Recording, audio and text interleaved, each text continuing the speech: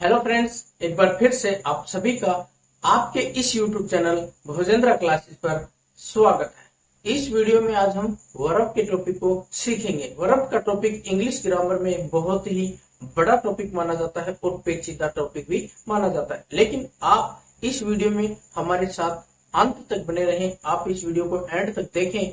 मैं आपको इस बात की गारंटी देता हूं कि आज के बाद आपको वर्ब का टॉपिक बहुत ही आसान लगेगा। देखिए, अगर आपको हमारा वीडियो अच्छा लगे तो वीडियो को लाइक करना, शेयर करना, चैनल भोजेंद्र क्लासेस को सब्सक्राइब करना, बेल आइकन को दबाना और ऑल नोटिफिकेशन बटन पर क्लिक करना।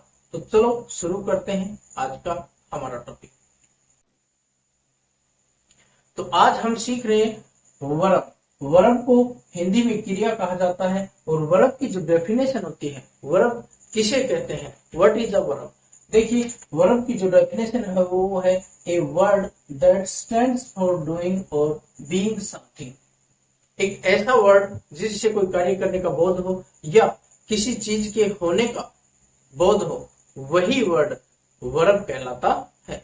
देखिए, मैं दो एग्जाम्पल आपके लिए लेता हूं। उन दो एग्जाम्पल से आपको बहुत ही आसानी से ये बात समझ में आएगी कि वर्ब आखिर होता क्या है। देखिए, पहला जो एग्जाम्पल है वो है हमारे पास में रोहित प्लेज क्रिकेट। और दूसरा जो एग्जांपल है हमारे पास में वो ये है रोहित इज अ प्लेयर। यहां पर ये दो एग्जांपल मैंने आपके लिए लिख दिए। देखिए, इसमें एक वर्ब यहां पर ये है। देखो, वर्ब कहां पर आती है, सेंटेंस की जो फॉर्मेशन होती है, सेंटेंस की जो बनावट होती है, सबसे पहले सब्जेक्ट आता है, उसके बाद में वर्ब आती है और उसके बाद में अदर वर्ड आते हैं। ये सेंटेंस की फॉर्मेशन होती है, सेंटेंस की बनावट होती है। तो सबसे पहले हम देखेंगे, इसमें सब्जेक्ट है, इसमें ये सब्जेक्ट है और सब्जेक्ट के तुरंत बाद आने वाला वर्ड क्या कहलाता है, ये होता है वर्ब। तो यहाँ पर ये वर्ब प्लेज है और यहाँ पर ये वर्ब इज है। अब पहले एग्जाम्पल में हम देखेंगे कि वर्ब प्लेज है। यहां पर ये प्लेज किसी काम को करने का बोध करा रही, ऐसा वर्ड जिसे काम के करने का बोध हो तो वर्ब कहलाता है। और दूसरे सेंटेंस में हम देखेंगे Rohit is a player. Rohit है, यहाँ पर रोहित का एक खिलाड़ी होने का बोध ये इज वर्ब करवा रही है। देखिए, सेंटेंस में दो प्रकार की वर्ब हो सकती है। एक तो हो सकती है हेल्पिंग वर्ब और एक हो सकती है मेन वर्ब। देखिए, दो वर्ब जब दी हुई हो सेंटेंस में तो पहली जो वर्ब होती है वो हेल्पिंग वर्ब होती है और दूसरी जो वर्ब होती है वो मेन वर्ब होती है। और जब कभी भी किसी भी सेंटेंस में केवल एक ही वर्ब दी हुई हो तो वो वर्ब हेल्पिंग वर्ब भी हो तो भी उसे मेन वर्ब माना जाता है। यहाँ पर देखिए, ये इज एक ही वर्ब दे रखी है और ये इज आप सभी जानते हैं प्रेजेंट कंटिन्यूअस टेंस में इज हेल्पिंग वर्ब का काम करती है, लेकिन यहाँ पर हेल्पिंग वर्ब नहीं है क्योंकि इसके बाद अगर कोई मेन वर्ब और आ जाती तो यहाँ पर ये हेल्पिंग वर्ब मानी जाती, लेकिन इसके बाद कोई मेन वर्ब है ही नहीं। यहाँ पर प्लेयर है, ये नाउन है, तो यहाँ पर मेन वर्ब इसके बाद में नहीं आई है, तो यहाँ पर इसी को ही हम क्या मानेंगे, मेन वर्ब। ये कॉन्सेप्ट आपको अच्छे से समझ में आया होगा। अब बात करते हैं वर्ब को कितने भागों में बांटा गया है। देखिए, यहाँ पर ये वर्ब है VERB वर्ब। इसको हम मुख्यतः दो भागों में बांटते हैं। कौन कौन सी, एक होती है मेन वर्ब। देखिए, यहां पर मैं लिख देता हूं मेन वर्ब, जिसको हम कहते हैं मुख्य क्रिया, मुख्य क्रिया। और दूसरी जो होती है वो होती है auxiliary verb, AUXILARY, auxiliary verb. Auxiliary verb को हम हेल्पिंग वर्ब भी कहते हैं, HELPIN, हेल्पिंग। और हिंदी में इनको कहा जाता है सहायक क्रिया।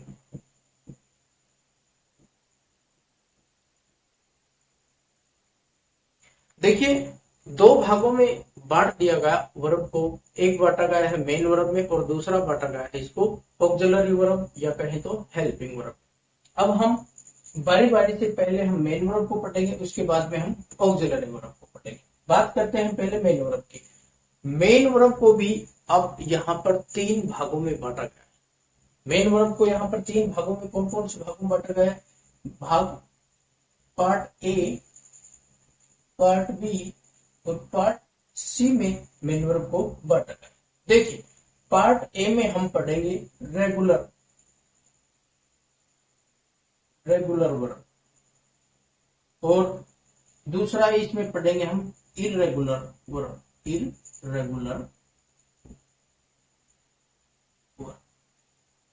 पार्ट ए में हम कौन कौन सी वर्ब पढ़ेंगे? रेगुलर वर्ब और इर्रेगुलर। पार्ट बी में हम पढ़ेंगे transitive verb, TRANSITIV, transitive verb और इंट्रांजिटिव वर्ब।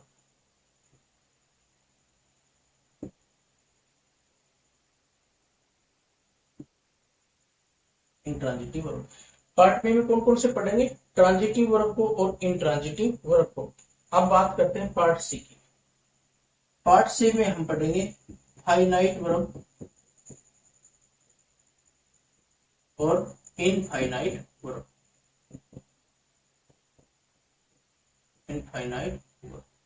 इस प्रकार से मेन वर्ब को तीन भागों में बांटा गया, पार्ट ए, पार्ट बी और पार्ट सी।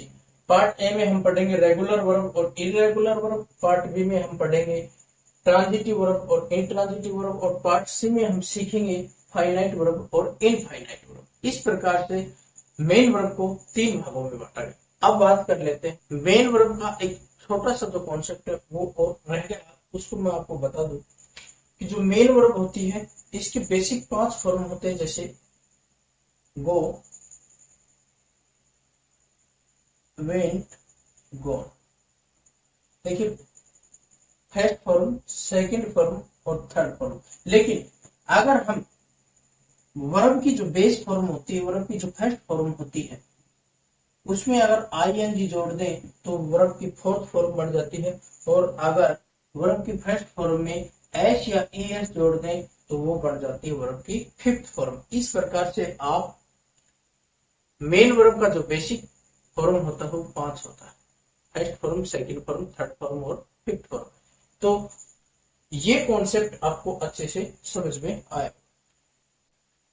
अब बात कर लेते हैं ऑक्सिलरी वर्ब की।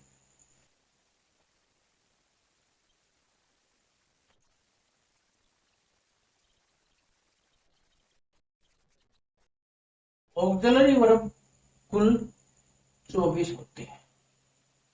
ऑक्सिलरी वर्ब कुल कितनी होती है? 24 होते हैं। अब ऑक्सिलरी वर्ब को भी तीन भागों में बांटा गया है। तीन भाग कौन कौन से हैं? नंबर 1 भाग यहां पर मैं लिख देता हूं, प्रिंसिपल वर्ब, PRINCIPA,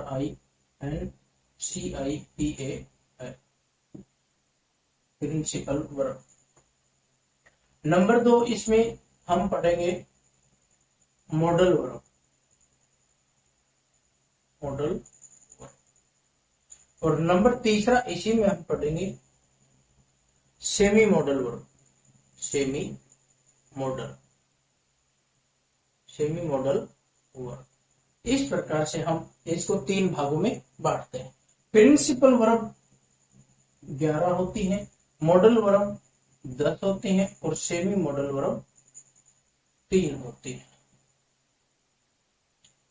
अब आपको ये कंफ्यूजन हो रहा होगा कि मॉडल वर्ब आपने हमेशा ही मॉडल 13 पढ़े होंगे, लेकिन यहाँ पर मॉडल को दो भागों में बांट देगा, एक मॉडल वर्ब और एक सेमी मॉडल। तो मॉडल और सेमी मॉडल को जब हम मिलाएं तो 10 और 3 13, इस प्रकार से 13 हो जाते हैं। अब बात करते हैं प्रिंसिपल वर्ब में कौन कौन से वर्ड पढ़ेंगे, मॉडल वर्ब में कौन कौन से वर्ड पढ़ेंगे, और सेमी मॉडल वर्ब में कौन कौन से वर्ड पढ़ेंगे। देखिए प्रिंसिपल जो वर्ब होती है वो होती है बी, डू और है। ये तीन होती है प्रिंसिपल वर्ब, बी, डू और है। लेकिन आपने तो अभी बताया कि 11 होती हैं। जी हाँ, अब हम इन तीन वर्ड से ही 11 वर्ड यहाँ पर आपको निकाल कर दिखाएंगे किस प्रकार से।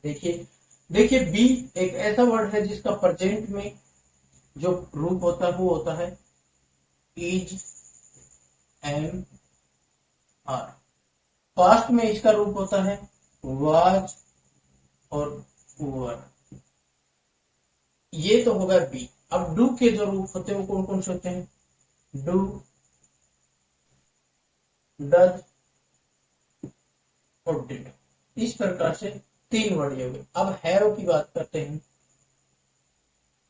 हैव, हैज और हैड, ये हो गए। अब गिनते हैं हम। इज, एम, आर 3 वर्ड हो गए। Was, were 4 5, do, does, did यहाँ पे 5 हो गए थे। 6 7 8 9 10 11। इस प्रकार से प्रिंसिपल वर्ब हो गए 11। प्रिंसिपल वर्ब कितनी होगी? 11 होगी। तो यहाँ पर बी के जो प्रेजेंट रूप होते हैं और पास्ट रूप, इज, एम, आर लिखा, वाज, वर लिखा। फिर डू के जो रूप होते हैं डू, डज, डिड। फिर हैव के जो रूप होते हैं हैव, हैज और हैड। इस प्रकार से प्रिंसिपल वर्ब कुल 11 पढ़े जाते हैं। अब बात करते हैं हम मॉडल वर्ब की। देखिए मॉडल वर्ब आप सभी को पता है, लेकिन मैं आपको बता दूं।